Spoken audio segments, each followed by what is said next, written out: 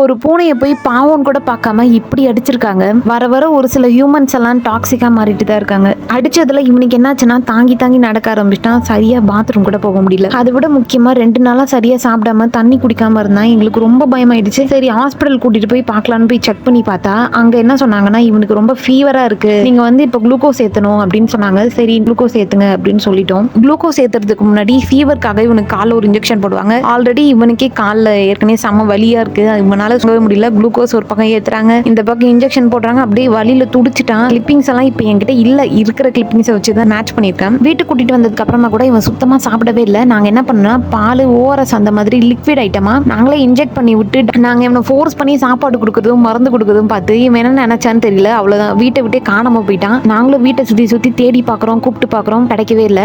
ஆனா எனக்கு மட்டும் இவன் இங்கதான் எங்கேயோ உயிரோட இருக்கான் அப்படின்ற மாதிரி தோணிட்டே இருந்தது. அன்னைக்கு நைட்டே மறுநாள் கண்டிப்பா நடக்கிற ஒரு விஷயத்த நீங்க மேனிஃபெஸ்ட் பண்ணுங்க அப்படின்ற மாதிரி ஒரு ரீல்ஸ் எனக்கு சஜஸ்ட் ஆச்சு. அவன் உயிரோட இருந்தானா அவனே என்ன தேடி வரணும், கதவை திறக்கும் போது அவன் இருக்கணும். அப்படி மட்டும் அவன் இருந்தானா ஏதாவது ஒண்ணு பண்ணி அவனை காப்பாத்திடலாம் அப்படின்னு நான் நினைச்சு வேண்டிக்கிட்டேன். நீங்க இதை சொன்னா நம்பவே மாட்டீங்க. அதே மாதிரி ஒரு 2 to 3 ஹவர்ஸ்க்குள்ளே எனக்கு பிரிட்டி கூப்பிடுற மாதிரி கேட்டது. நானும் போய் கதவு திறந்து பார்த்தா அவன் என் வீட்டு வாசல்ல உட்காந்துட்டு இருக்கான். எனக்கு அப்படியே ஒரு மாதிரி மிராக்கிள் ஆயிடுச்சு. இப்ப பிரிட்டி என் கூட ரொம்ப சந்தோஷமா இருக்கான். அவன் ஃபாஸ்டா ஓடி வரும்போது அந்த அளவுக்கு கால் பேலன்ஸ் இல்லாம லைட்டா விழுற மாதிரி ஆவான். அது ஒண்ணு மட்டும்தான் எனக்கு ரொம்ப கஷ்டமா இருக்கும். ஆக்சுவலா இந்த சம்பவம் நடந்தது ஏப்ரல் மாசம். அப்ப இவன் கொஞ்சம் குட்டியா இருப்பான். நான் தான் இவன் ஃபுல்லா கம்ப்ளீட்டா கியூர் ஆனதுக்கு அப்புறமா இந்த வீடியோ போடலாம் அப்படின்றதுக்காக வெயிட் பண்ணி இந்த வீடியோ நான் போஸ்ட் பண்றேன். உங்களுக்கு இந்த வீடியோ பிடிச்சிருந்தா ஃபாலோ பண்ணுங்க. நம்ம நாளைக்கு மீட் பண்ணலாம்.